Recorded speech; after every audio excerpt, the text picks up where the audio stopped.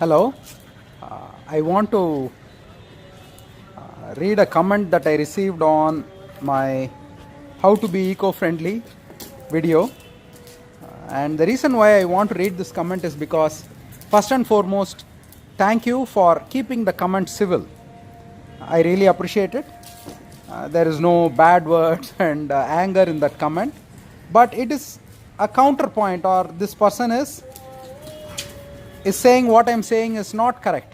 Basically, I say that people don't have to be under the impression that they have to reproduce. This is my viewpoint, but this person is giving a different viewpoint and I want to rebut it. But I want to read that comment, okay? Sir, I don't agree with you that you have 100% rights to not agree with me. The very basic functions of all the living things in this world is survival and propagate. Well, I agree with you, but only as long as that organism lives within the parameters of nature. If the organism starts using ventilator and antibiotics and artificial heart and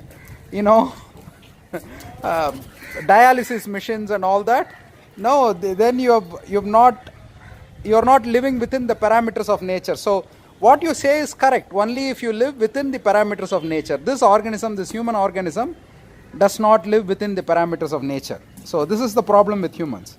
If humans spoil the environment, correct them. Instead, asking them to not have babies is absurd. Okay, it is absurd to you. So you are free to have as many babies as you want. As a matter of fact, you can have the babies I did not have. So if you have 2 kids, then have 4 and make up for the loss that I've created. But just like how you have the right to think that I am absurd, I have the right to express my ideas. No one has the right to tell me that I should not say something. This is just mind control. And it is very dangerous. This is what religion does. This is what nationalism does. In any society that wants to kind of herd you through a predetermined path, mind control will always be there. They will say, you cannot say that. Your thoughts are bad and all that. There are no bad thoughts, only bad actions. Everything should be considered and we should take actions based on ethics and the laws. Okay, so I do not agree with you that I should not advise people on what I think. Of course, first and foremost, I am not advising anyone. I am just expressing my views. Don't take it. If you don't like it, don't take it. But the reason why many people say that I should not say it is because it is such a radical and dangerous idea.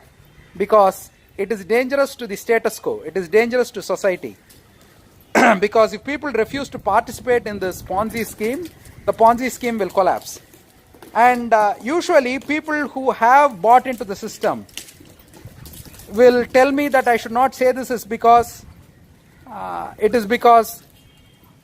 it points out their choices, the choices they make, and maybe they have some regrets about those choices, and people do not like to be reminded about the bad choices they made. It may be because of circumstances, because of not having enough information, but I'm guessing that may be the reason. So he's saying that what I'm saying is mere escapism. Okay, that is a term that you use. You can call it whatever you want. You can call it escapism, you can call it, being a coward, not duty bound, whatever it is. As long as I am within the legal limits, I can do whatever I want. Am I breaking the law? That is the only question there is to ask. I am not breaking the law. I can tell people that consider not reproducing. If they still want to reproduce, I am not holding a gun to their head. They can do whatever they want. As a matter of fact, they can have 5 kids if they wish. So he says that it is mere escapism. I think it is letting your frustration of not getting married. Okay, so I think he's projecting here. I don't know what to say. Why would anyone be frustrated if they are not married? I don't know. I think most of the married people are frustrated. Refrain from advising such absurd and frivolous advice. Why? If you want, you start a channel and you ask people to keep reproducing. That is what you should do. This is what the marketplace of ideas means. It is not to shut other people up. It is not to say that, you cannot say this, you cannot say that. That just shows that your ideas are not strong enough. If you can stand on the merits of your own ideas, you will not ask the other party to not speak. As a matter of fact, you will ask the other party to speak so that that party can make a fool out of himself. In Tamil, in Tirukural, there is a saying, Kalladarum nani nallar kattarmun solladirukapperin. So it basically means that a fool will open his mouth and expose his own foolishness.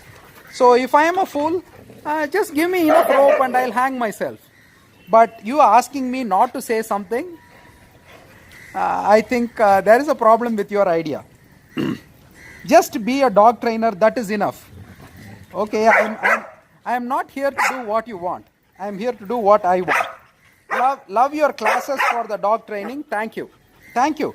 And even though this reply may sound a bit harsh, I am very, very grateful that this person did not stoop down to using bad language and unparliamentary words. So here is an honest opinion and an honest reply. So there you go.